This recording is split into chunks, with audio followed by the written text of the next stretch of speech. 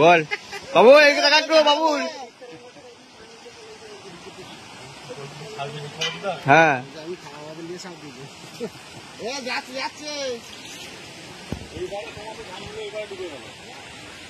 আগের দুবারে কিন্তু ছড়ান করে পানিটা মেরে দেয়, পুকুর গুলো কিরকম বেরিয়ে গেল, ধানটা কাটা হবে। আগের দুবারে ডুবে নেই, এবারে একটা বেশি।